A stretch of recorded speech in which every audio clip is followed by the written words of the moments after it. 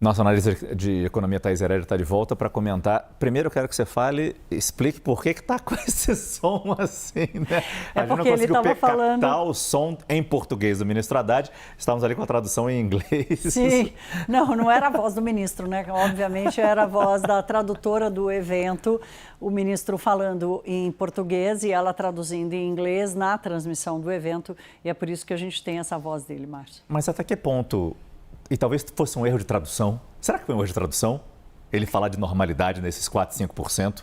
Não. É muito duro criticar nesse ponto. Talvez a gente tenha que entender o contexto e por isso que você está aqui. Mas parece chato falar que é normal ter uma inflação de 4 a 5%, né? As pessoas estão sentindo. E o governo está sentindo. Márcio, a popularidade está caindo. O ato falho acontece, né? Esse é o famoso ato falho, né? Quando você tem um pensamento ali, quando você vai fazer uma análise, você não consegue se livrar dele. Os governos petistas e o presidente Lula já disse isso. Você vai se lembrar, no começo do governo do Lula, ele disse, por que a gente precisa ter uma inflação de 3%? Naquela discussão lá, se o Brasil teria ou não uma meta de 3%, enfim. Até que o próprio ministro Fernando Haddad aprovou e consentiu, porque é uma decisão do governo estabelecer a meta de inflação, consentiu que o país tivesse uma meta de inflação de 3%.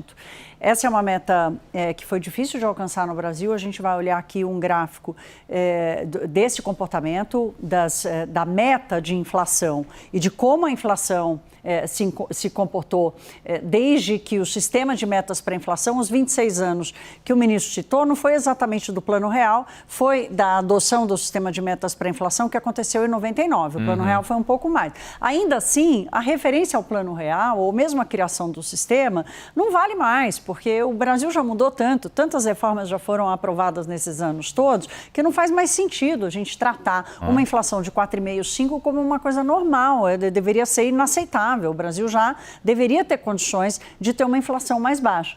Márcio, veja que quando o sistema de metas foi implementado, lá em 99, o Brasil tinha sofrido uma maxi-desvalorização e, portanto, estava buscando o seu novo caminho. Em 2002, então veja que o amarelo é a meta e o azul é por onde andou a inflação. Em 2002, tentou-se reduzir bastante lá para 3,5%, 4% a meta de inflação e logo depois ela teve que subir, inclusive para acompanhar, em metas ajustadas, acompanhar outra maxi-desvalorização que aconteceu em 2002, exatamente numa percepção de risco sobre o que seria o governo Lula.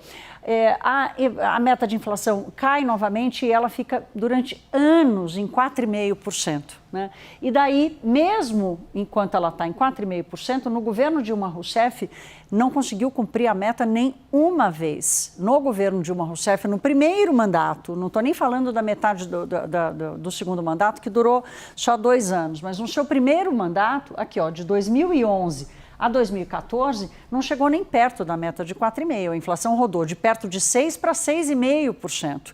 E aqui é que houve uma grande crise de credibilidade do Banco Central.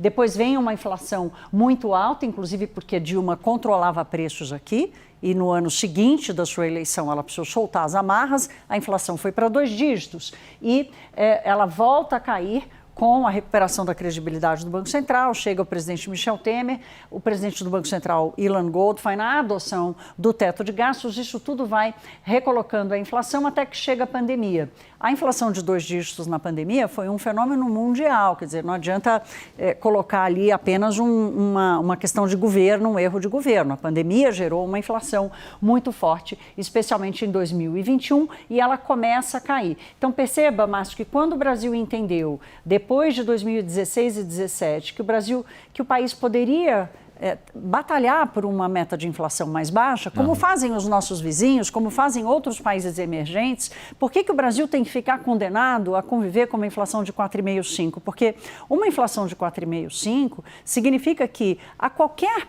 mudança de expectativa ou qualquer choque, os preços vão ser reajustados sempre acima. Quer dizer, o país tem que buscar a menor meta de inflação possível, claro, dentro da sua conjuntura, da sua estrutura. O Brasil ainda tem uma economia muito indexada, tem problemas das contas públicas ainda graves, estruturais, pois então vamos lidar com aquilo que gera essa inflação estrutural, que é contas públicas desequilibradas e uma excessiva indexação da economia, para entregar à população uma inflação mais baixa, mas isso não acontece, Márcio, e aí a gente acaba tendo que conviver com essa normalidade que não é normal.